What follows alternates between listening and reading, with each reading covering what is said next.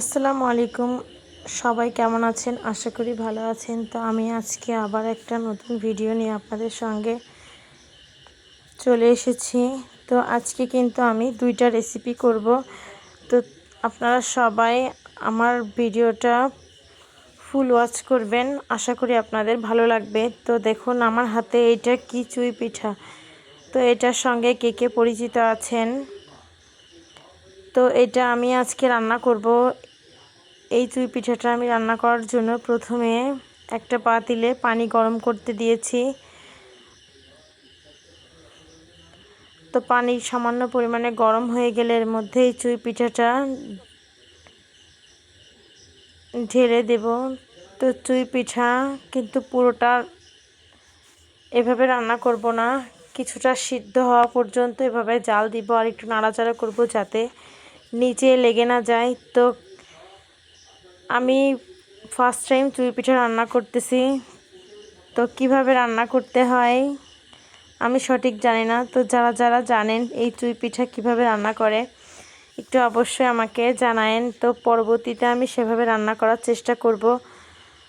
তো চুই পিঠা রান্না করার জন্য এই যে দেখুন আমার চুই পিঠাটা কিন্তু অর্ধেক সিদ্ধ হয়ে গেছে। এটা আমি পানি ঝরিয়ে নিয়েছি।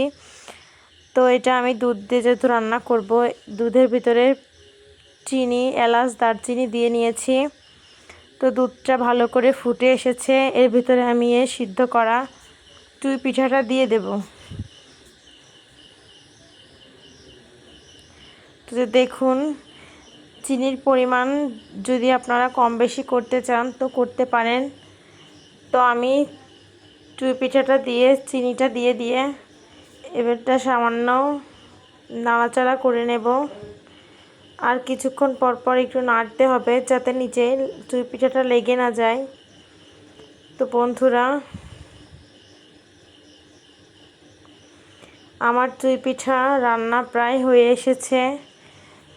তো এই চুই পিঠাটা খেতে জানি না কেমন হবে, তো আশা করি ভালো হবে। তো এটা কিন্তু আপনারা বিকালের নাস্তা অথবা কোনো মেহমান আলে এভাবে রান্না করে দিতে পারেন, অনেক ভালো লাগবে। তো যে দেখুন আমার চুই পিঠা রান্না কিন্তু শেষ। তো এভাবেই চুই পিঠা রান্না আমি করছি। তো বন্ধুরা আবার আরেকটা নাস্তার রেসিপি নিয়ে আপনাদের মাঝে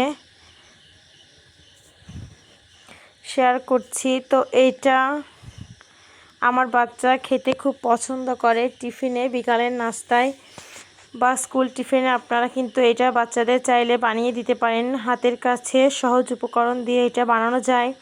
তো এর জন্য একটা অথবা 2টা ডিম ব্যবহার করতে পারেন, কিছু পেঁয়াজ কুচি, মরিচ কুচি এবং ময়দা হলেই কিন্তু এটা বানানো সম্ভব। তো এই যে দেখুন আমি মরিচ আর পেঁয়াজ কুচিটা কিন্তু লবণ, হলুদ, পরিমাণ মতো লবণ আর হলুদ দিয়ে সুন্দর করে হাতে মেখে নেব। ভালো করে কিন্তু হাত দিয়ে মাখতে হবে, না হলে কিন্তু এটা একদম হয়ে গোটা গোটায় থেকে যাবে।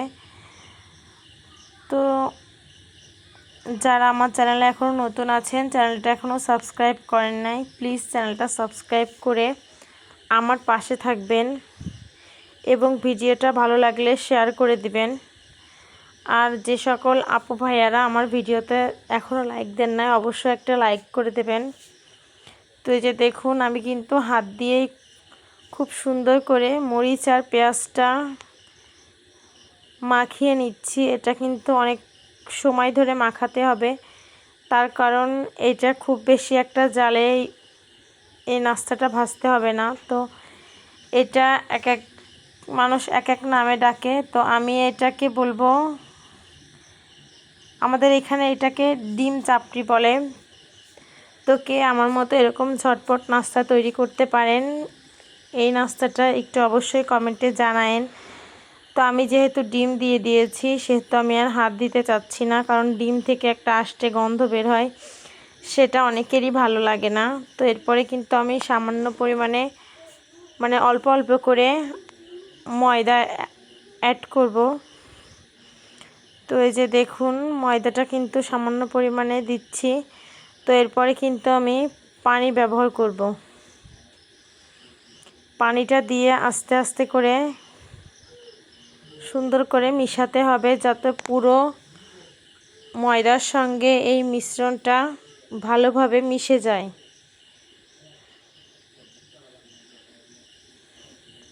তো যে দেখুন আস্তে আস্তে কিন্তু এরকমভাবে নাড়তে হবে, যাতে মরিচ পেঁয়াজ একদম ময়দার সঙ্গে খুব সুন্দর করে মিশে যায়। তো এই মিশ্রণটা কিন্তু ঘন হবে না, আবার একদম পাতলাও হবে না। তো যে দেখুন আমি কিন্তু সুন্দর করে মিশ্রণটা তৈরি করতেছি। আপনারা চাইলে এর ভেতর চালের গুঁড়া ব্যবহার করতে পারেন। তো আমার কাছে যেহেতু এখন চালের গুঁড়া নেই, তো আটা যেহেতু আছে, ময়দা আছে, তো আমি ময়দা দিয়েই কিন্তু এটা আমি বানাচ্ছি। চালের গুঁড়াটা দিলে এটা একটু মচমচে হয়, খেতে কিন্তু খুব ভালো লাগে। তো যেহেতু আমার কাছে চালের গুঁড়া নেই, সেহেতু আমি এভাবেই তৈরি করতেছি। তো যে দেখুন কড়াই কিন্তু আমি আগে থেকে সামান্য পরিমাণ তেল দিয়ে নিয়েছি। এটা ফ্রাই প্যানে বা তাওয়াতে করলে বেশি ভালো হয়। তো আমি যেহেতু ঝটপটে নাস্তাটা বানাচ্ছি, তো আমার কাছে যেভাবে সুবিধা হয় আমি সেভাবেই তৈরি করতেছি। তো যে দেখুন আমি কিন্তু কড়াইয়ে এই ব্যাটারটা দিয়ে দিয়েছি।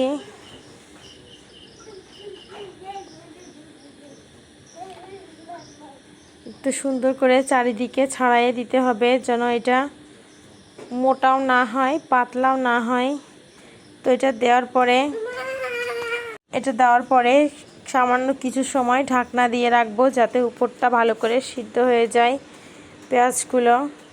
তো বন্ধুরা এই যে দেখো কিছুক্ষণ ঢাকনা দিয়ে রাখার পরে নিচেটা উল্টিয়ে দেখবো নিচের পাশটা হয়ে গেছে কিনা। তো যে দেখো খুব সুন্দরভাবে কিন্তু এটা উঠে যাচ্ছে। তো নিচের পাশটা খুব সুন্দর করে ভাজা হয়ে গেছে। তো এরকম এক এক করে সবগুলোই কিন্তু ভেজে নিতে হবে।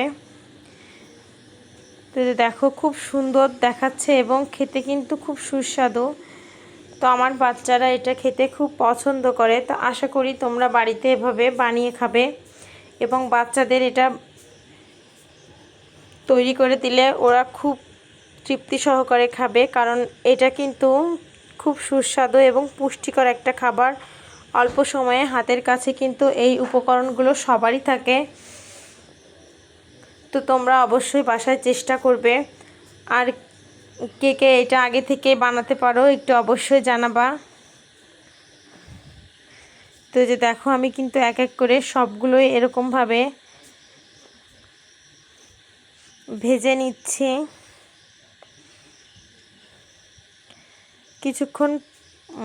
কিছুক্ষণের জন্য ঢাকনা দিয়ে রাখলে উপরের পাশটা খুব ভালোভাবে সিদ্ধ হয়ে যাবে। তো যে দেখো আমার কিন্তু পরপর অনেকগুলোই ভাজা হয়ে গেছে।